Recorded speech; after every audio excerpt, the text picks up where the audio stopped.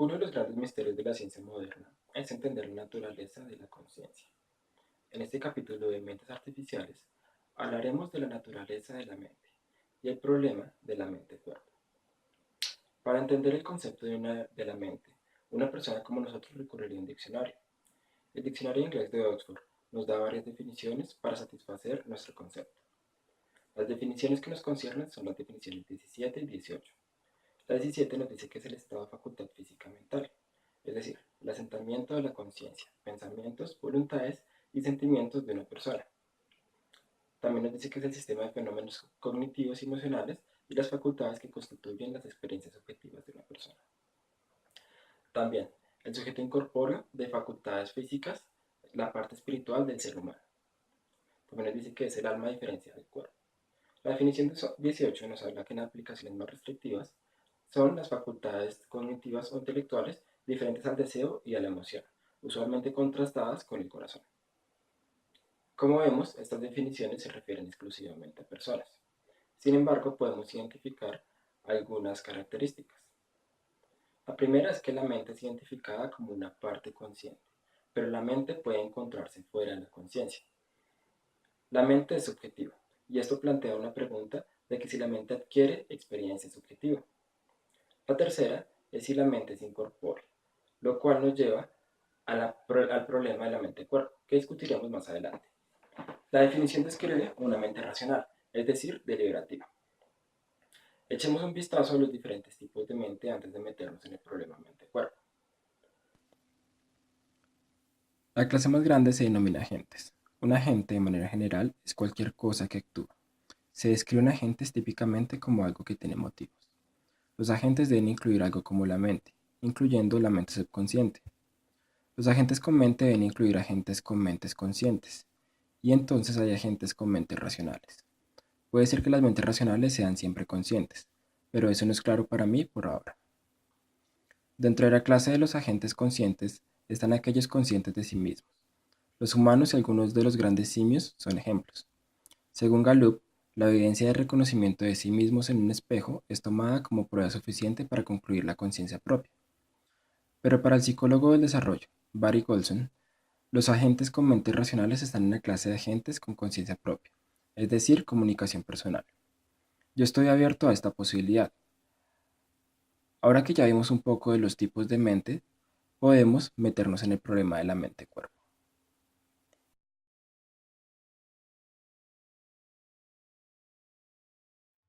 El problema mente-cuerpo. David Chambers habla acerca del significado del problema mente-cuerpo. Hay tres teorías mente-cuerpo tradicionales. La teoría mentalista, que mantiene que la mente lo es todo y que produce el mundo material como sus sensaciones. El punto de vista dualista afirma que la mente y el cuerpo son sustancias, sostiene que la mente y lo material tienen existencia por sí mismos.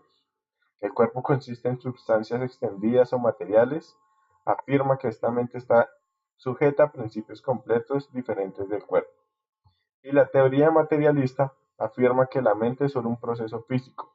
Los materialistas mantienen que los principios físicos pueden explicar la mente tan bien como el cuerpo. Ahora veamos las ramas del dualismo.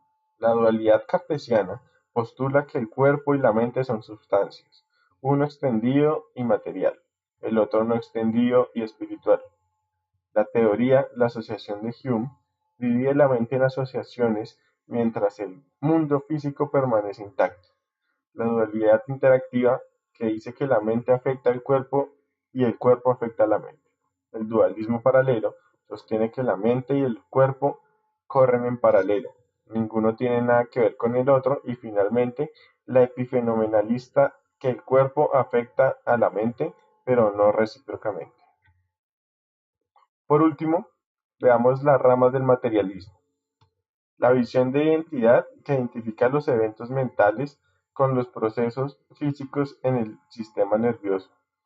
Hay solo una sustancia, la física, pero los sucesos mentales se les ha permitido interactuar casualmente con el cuerpo físico. De aquí deriva el atributo dual en el que los procesos del cerebro tienen propiedades físicas y no físicas. El conductivismo mantiene que la mente no es más sofisticada que conductas abiertas. Y el funcionalismo lo resume Minsky en las mentes son simplemente lo que hace el cerebro.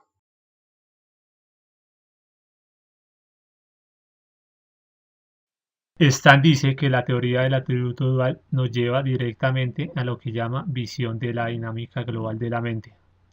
Entonces, un sistema dinámico continuo consiste en un espacio de estado y una función llamada dinámica global, en el que cada vector representa un único completo estado del sistema. Miremos ahora la cita de Minsky. Las mentes son simplemente lo que los cerebros hacen. Él y otras personas dicen que la mente es la actividad del cerebro y que los procesos llevan al cerebro de estado a estado. Cuando se ve estáticamente vemos el cerebro, el sistema nervioso, pero cuando lo vemos dinámicamente vemos la mente.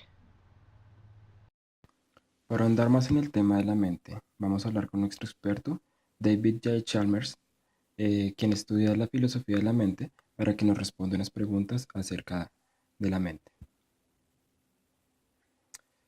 Doctor Chalmers, siendo la conciencia una parte de la mente, ¿qué piensa usted sobre el problema de la mente y del cuerpo? Bueno, sobre la conciencia yo tengo dos diferentes aproximaciones. La primera habla de la aproximación de la tercera persona, donde la conciencia se trata como un problema científico. Y pues la otra aproximación es desde la primera persona, donde se toma esta conciencia como un asunto metafísico. Dentro de la aproximación de la tercera persona se considera que el problema concierne a la ciencia como el calor o la física nuclear. Desde este punto de vista podemos estudiarla de manera objetiva y pues esta estructura puede ser entendida y además duplicada, lo que nos abre la puerta a lo que es la creación de mentes artificiales. De acuerdo a las suposiciones de carácter físico de la mente, el enfoque de la tercera persona en principio es suficiente para explicar el comportamiento del ser humano. ¿Cree usted que con este principio basta? Ajá. Sí, exacto. Entonces ahora les voy a hablar de la aproximación de la primera persona desde tres problemas que subyacen en esta. El primero es el sensoriqualia. Este habla de los aspectos cualitativos de nuestros estados mentales como las sensaciones. ¿Sí? Entonces, qué sé yo, mirar un objeto rojo activa cierto patrón de impulsos neuronales. ¿Por qué percibimos una sensación como esta? ¿Por qué no sucede, digamos, si vemos un objeto verde? ¿Sí? ¿Qué tan personal puede llegar a ser esta sensación? De ahí parte la subjetividad. El segundo problema trata sobre el contenido mental. A ver, los pensamientos que cada uno tiene tienen que ver con algo, ¿sí? Entonces, si pensamos en un león, pues claramente ese pensamiento tiene que ver con todos los leones. Entonces infiere que una teoría completa de contenido mental subjetivo termina teniendo poco que ver con la referencia. Es decir, la mente racional usa la referencia, pero la mayoría de la mente debe seguir funcionando sin esta referencia, como si esta capa de referencia se encontrara arriba y el resto estuviese abajo. El tercer problema sobre la existencia de las experiencias propias. Es un poco parecido al problema anterior y nos indica que cada uno ve, percibe y entiende las formas de una manera subjetiva. ¿Tiene usted alguna teoría que explique estos estados subjetivos, esa experiencia propia? Mm, sí. Sí, es sobre la identificación de lo que es un patrón y la información. Cuando un patrón y la información ocurren, siempre lo hacen juntos. Toda la información, bueno, este es mi orden de ideas. Toda la información es llevada por un patrón en el mundo físico y todos los patrones llevan algo de información. Entonces, los patrones y la información son dos aspectos de la misma cosa, la relación patrón-información. Los eventos mentales de la tercera persona de la que hablamos anteriormente son interacciones neuronales en el cerebro de las cuales no todas son conscientes. Cualquier evento mental subjetivo es información. Lo que hablamos de qualia es también simplemente información. Pues, ¿qué es la información? La información es de lo que está hecho un patrón. y mi mentalidad consciente entonces compone un gran patrón que soy yo. Y esto es un aspecto dual de la teoría de la mente y el cuerpo. Y eso es todo. Muchas gracias. Bueno, pasaremos a nuestro segundo invitado, a Ernest Luhmann, otro filósofo de la mente, al cual le vamos a hacer algunas preguntas. Acabamos de hablar acerca de los agentes creando información de acuerdo a sus necesidades y metas. Pero ¿qué sucede si las metas no son claras? ¿Será que, como muchos autores afirman, es posible que nuestros agentes tengan libre albedrío para decidir qué hacer?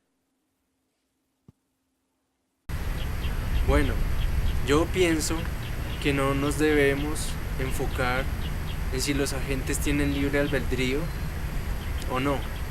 Deberíamos enfocarnos mejor en los grados de libre albedrío que estos agentes pueden tener.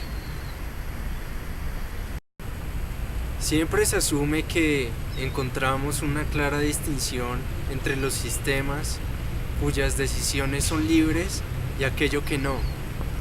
Pero en realidad, si empezamos a examinar los sistemas inteligentes con gran detalle, encontramos que esta clara distinción no existe. En cambio, hay unas pequeñas distinciones correspondientes a la toma de decisiones que el sistema puede elegir o no puede elegir. Entonces, la pregunta que de verdad nos debemos hacer es: ¿de qué forma podemos diseñar agentes? Y de acuerdo a estas formas, ¿cuáles son las características que determinan sus decisiones? Muchos de ustedes seguramente se preguntan a qué me refiero cuando digo agentes. Bueno, me refiero a sistemas con algo que lo motiva a tomar decisiones. Los agentes perciben y operan autónomamente en su ambiente. Analicemos, por ejemplo, los grados de albedrío de los cuales hablé con algunos ejemplos. Comparemos dos agentes. El primero es capaz de guardar y comparar simultáneamente varias decisiones, mientras que el segundo solo puede tomar una decisión a la vez. Notablemente tiene más libre albedrío que el segundo. Ahora comparemos un agente el cual toma decisiones basadas en una meta global y, por ejemplo, ganar el juego, y otro agente el cual toma decisiones basadas en muchas metas, por ejemplo, jugar bien. Cansancio futuro, futuros juegos. En este caso podríamos decir que el agente que toma decisión revisando muchas metas tendría mayor grado de albedrío. Ahora comparemos un agente el cual toma decisiones basadas en una meta global y, por ejemplo, ganar el juego, y otro agente el cual toma decisiones basadas en muchas metas, por ejemplo, jugar bien, cansancio, futuros juegos. En este caso podríamos decir que el agente que toma la decisión revisando muchas metas tiene mayor grado de libre albedrío. Un agente cuyas decisiones están programadas para cambiar bajo las críticas, aprobaciones y desacuerdos que haga el usuario, y un agente cuyas decisiones solo dependen del ambiente. El agente que tiene interacciones sociales es un agente con un diseño mayor de libre albedrío.